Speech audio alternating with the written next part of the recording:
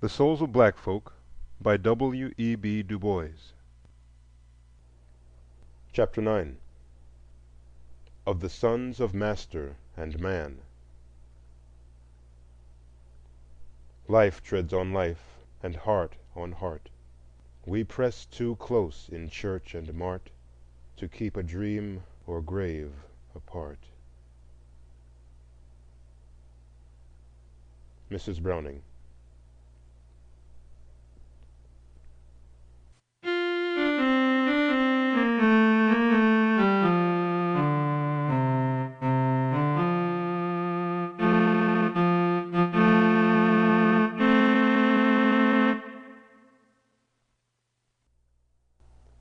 The world-old phenomenon of the contact of diverse races of men is to have new exemplification during the new century.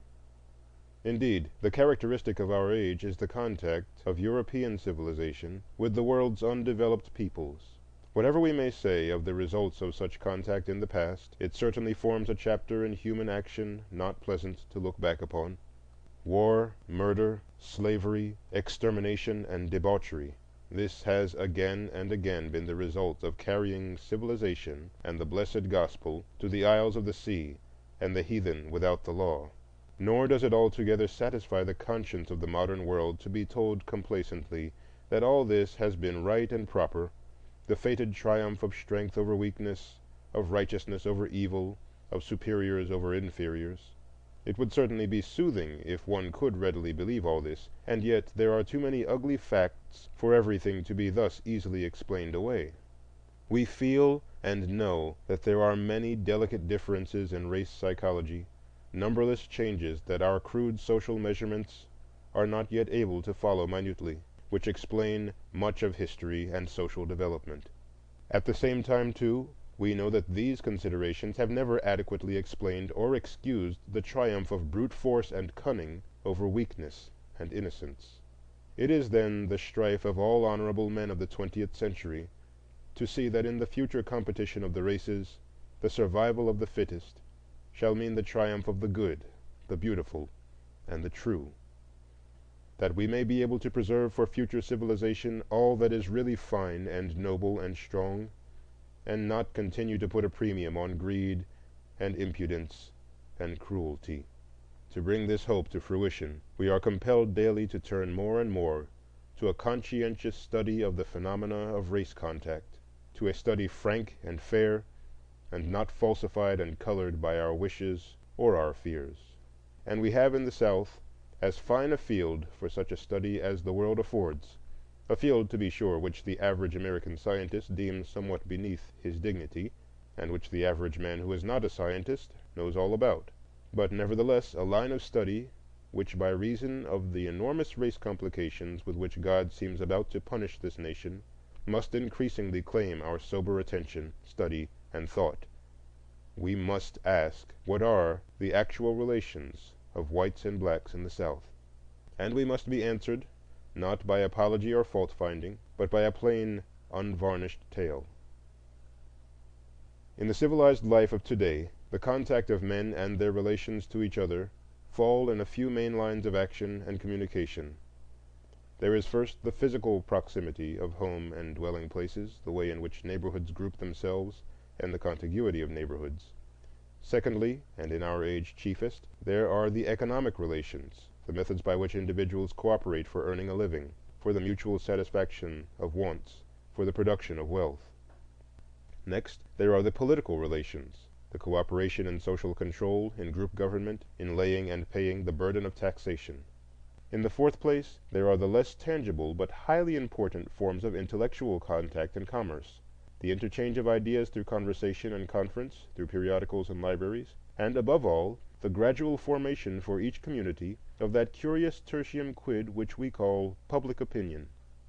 Closely allied with this come the various forms of social contact in everyday life, in travel, in theaters, in house gatherings, in marrying and giving in marriage. Finally, there are the varying forms of religious enterprise, of moral teaching and benevolent endeavor.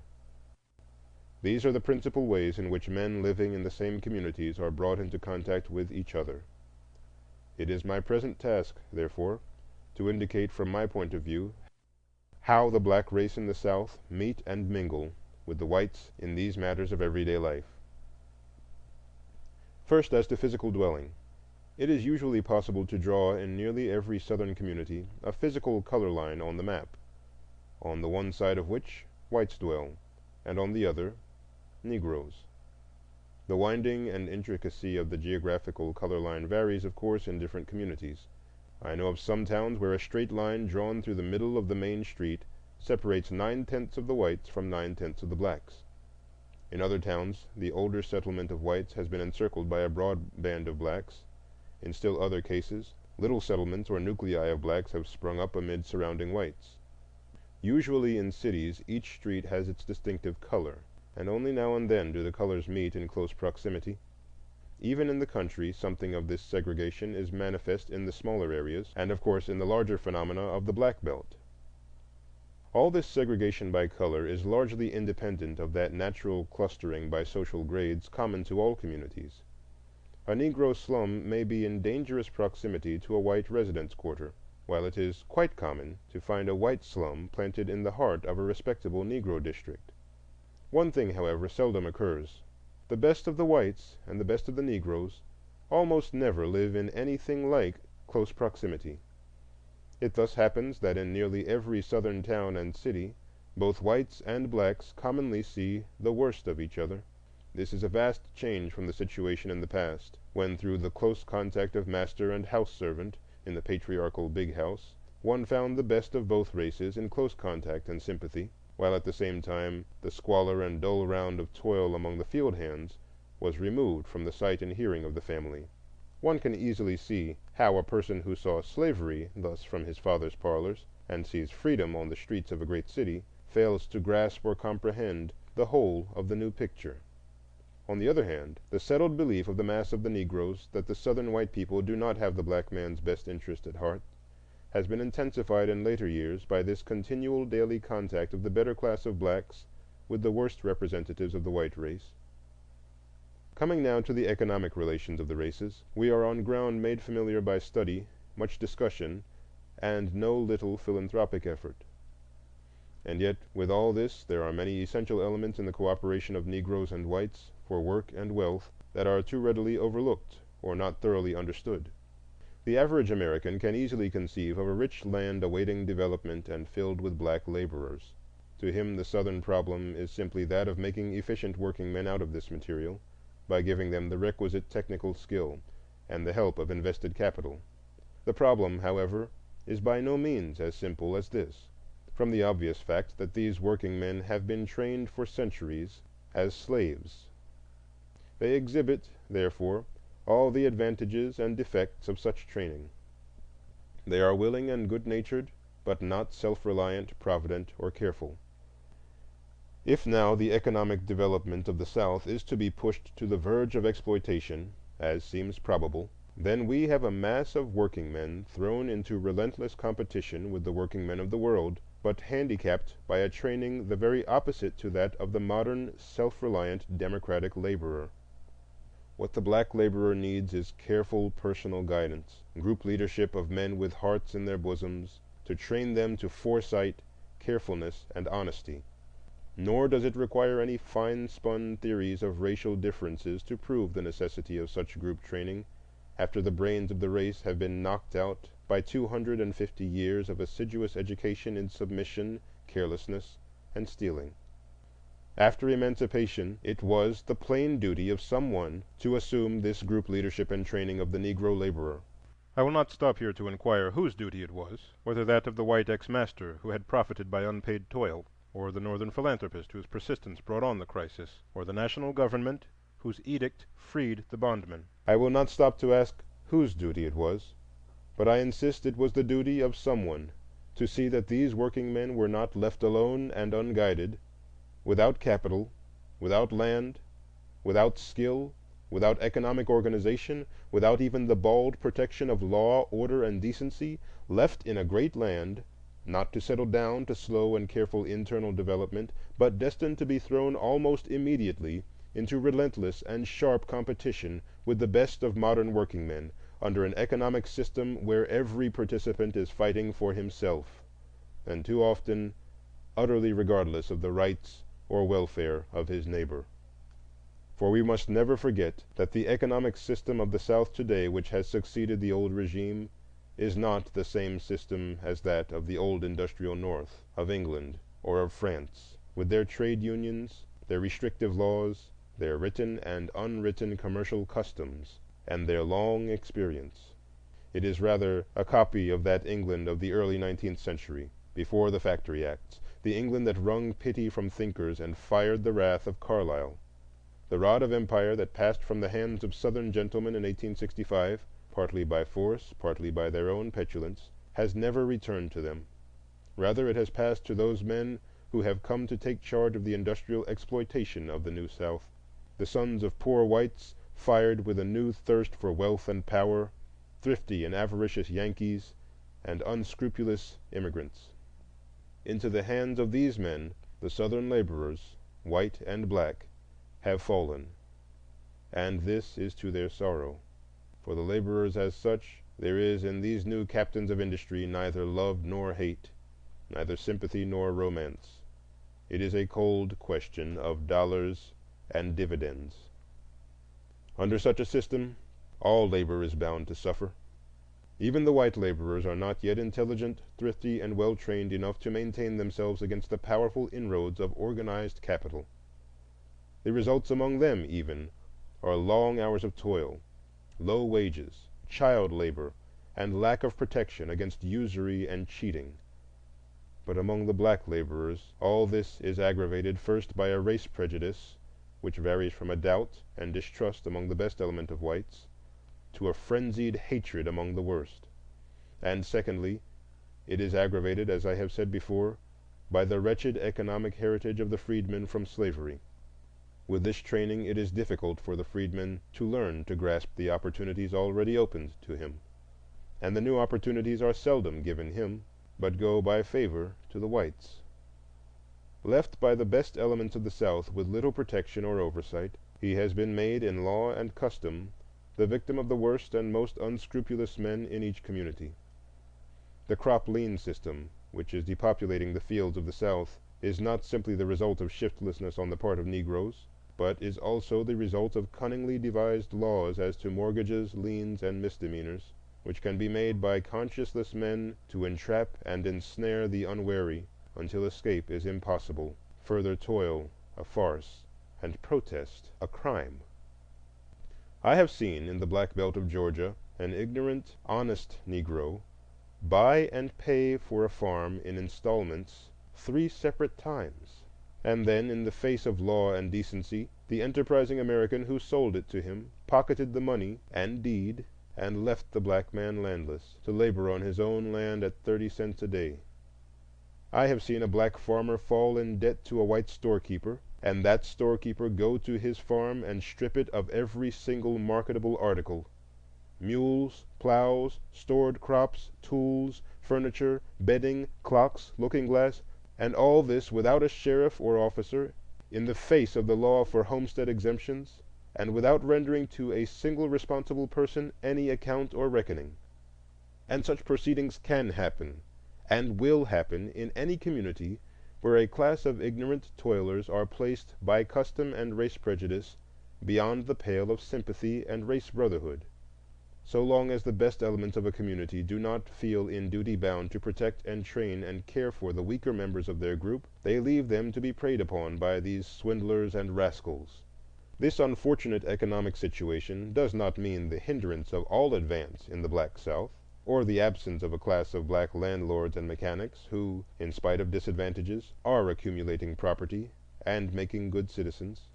But it does mean that this class is not nearly so large as a fairer economic system might easily make it, that those who survive in the competition are handicapped so as to accomplish much less than they deserve to, and that, above all, the personnel of the successful class is left to chance and accident, and not to any intelligent culling or reasonable methods of selection. As a remedy for this, there is but one possible procedure. We must accept some of the race prejudice in the South as a fact, deplorable in its intensity, unfortunate in its results, and dangerous for the future, but nevertheless a hard fact which only time can efface. We cannot hope then in this generation, or for several generations, that the mass of the whites can be brought to assume that close, sympathetic, and self-sacrificing leadership of the blacks which their present situation so eloquently demands. Such leadership, from social teaching and example, must come from the blacks themselves. For some time men doubted as to whether the Negro could develop such leaders, but today no one seriously disputes the capacity of individual Negroes to assimilate the culture and common sense of modern civilization, and to pass it on, to some extent at least, to their fellows. If this is true, then here is the path out of the economic situation, and here is the imperative demand for trained Negro leaders of character and intelligence, men of skill, men of light and leading, college-bred men, black captains of industry, and missionaries of culture, men who thoroughly comprehend and know modern civilization, and can take hold of Negro communities and raise and train them by force of precept and example, deep sympathy, and inspiration of common blood and ideals. But if such men are to be effective, they must have some power. They must be backed by the best public opinion of these communities, and able to wield for their objects and aims such weapons as the experience of the world has taught are indispensable to human progress. Of such weapons, the greatest perhaps in the modern world is the power of the ballot, and this brings me to a consideration of the third form of contact between whites and blacks in the South, political activity. In the attitude of the American mind toward Negro suffrage can be traced with unusual accuracy the prevalent conceptions of government. In the 50s we were near enough the echoes of the French Revolution to believe pretty thoroughly in universal suffrage. We argued, as we thought then rather logically, that no social class was so good, so true, and so disinterested as to be trusted wholly with the political destiny of its neighbors, that in every state the best arbiters of their own welfare are the persons directly affected. Consequently, that it is only by arming every hand with a ballot, with the right to have a voice in the policy of the state, that the greatest good to the greatest number could be attained. To be sure, there were objections to these arguments, but we thought we had answered them tersely and convincingly. If someone complained of the ignorance of the voters, we answered, "Educate them." If another complained of their venality, we replied, "Disfranchise them or put them in jail." And finally, to the men who feared demagogues and the natural perversity of some human beings, we insisted that time and bitter experience would teach the most hard-headed. It was at this time that the question of Negro suffrage in the South was raised. Here was a defenseless people suddenly made free. How were they to be protected from those who did not believe in their freedom and were determined to thwart it? Not by force, said the North. Not by government guardianship, said the South. Then by the ballot, the sole and legitimate defense of a free people, said the common sense of the nation. No one thought at that time that the ex-slaves could use the ballot intelligently or very effectively, but they did think that the possession of so great power by a great class in the nation would compel their fellows to educate this class to its intelligent use. Meantime, new thoughts came to the nation. The inevitable period of moral retrogression and political trickery that ever follows in the wake of war overtook us. So flagrant became the political scandals that reputable men began to leave politics alone, and politics consequently became disreputable. Men began to pride themselves on having nothing to do with their own government, and to agree tacitly with those who regarded public office as a private perquisite. In this state of mind it became easy to wink at the suppression of the Negro vote in the South, and to advise self-respecting Negroes to leave politics entirely alone. The decent and reputable citizens of the North, who neglected their own civic duties, grew hilarious over the exaggerated importance with which the Negro regarded the franchise. Thus it easily happened that more and more the better class of Negroes followed the advice from abroad and the pressure from home, and took no further interest in politics, leaving to the careless and the venal of their race the exercise of their rights as voters. The black vote that still remained was not trained and educated, but further debauched by open and unblushing bribery, or force and fraud, until the Negro voter was thoroughly inoculated with the idea that politics was a method of private gain by disreputable means. And finally, now, today, when we are awakening to the fact that the perpetuity of Republican institutions on this continent depends on the purification of the ballot, the civic training of voters, and the raising of voting to a plane of a solemn duty which a patriotic citizen neglects to his peril and to the peril of his children's children, in this day, when we are striving for a renaissance of civic virtue, what are we going to say to the black voter of the South? Are we going to tell him still that politics is a disreputable and useless form of human activity? Are we going to induce the best class of Negroes to take less and less interest in government, and to give up their right to take such an interest without a protest? I am not saying a word against all legitimate efforts to purge the ballot of ignorance, pauperism, and crime, but few have pretended that the present movement for disfranchisement in the South is for such a purpose. It has been plainly and frankly declared in nearly every case that the object of the disfranchising laws is the elimination of the black man from politics. Now, is this a minor matter which has no influence on the main question of the industrial and intellectual development of the Negro? Can we establish a mass of black laborers and artisans and landholders in the South who, by law and public opinion, have absolutely no voice in shaping the laws under which they live and work? Can the modern organization of industry, assuming as it does free democratic government and the power and ability of the laboring classes to compel respect for their welfare, can this system be carried out in the South when half its laboring force is voiceless in the public councils and powerless in its own defense? Today the black man of the South has almost nothing to say as to how much he shall be taxed, or how those taxes shall be expended, as to who shall execute the laws, as to how they shall do it, as to who shall make the laws, and how they shall be made. It is pitiable that frantic efforts must be made at critical times to get lawmakers in some states even to listen to the respectful presentation of the black man's side of a current controversy. Daily, the Negro is coming more and more to look upon law and justice not as protecting safeguards, but as sources of humiliation and oppression. The laws are made by men who have little interest in them. They are executed by men who have absolutely no motive for treating the black people with courtesy or consideration. And finally, the accused lawbreaker is tried not by his peers, but too often by men who would rather punish 10 innocent Negroes than let one guilty one escape. I should be the last one to deny the patent weaknesses and shortcomings of the Negro people. I should be the last to withhold sympathy from the white South in its efforts to solve its intricate social problems. I freely acknowledge that it is possible, and sometimes best, that a partially undeveloped people should be ruled by the best of their stronger and better neighbors for their own good, until such time as they can start and fight the world's battles alone. I have already pointed out how sorely in need of such economic and spiritual guidance the emancipated Negro was, and I am quite willing to admit that if the representatives of the best white Southern public opinion were the ruling and guiding powers in the South today, the conditions indicated would be fairly well fulfilled. But the point I have insisted upon, and now emphasize again, is that the best opinion of the South today is not the ruling opinion. That to leave the Negroes helpless and without a ballot today is to leave him not to the guidance of the best, but rather to the exploitation and debauchement of the worst. That this is no truer of the South than of the North than of Europe, in any land, in any country under modern free competition.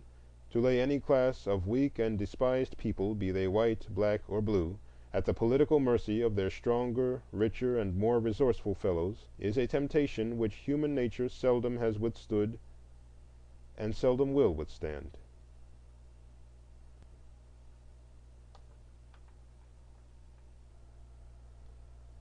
End of Chapter 9, Part 1.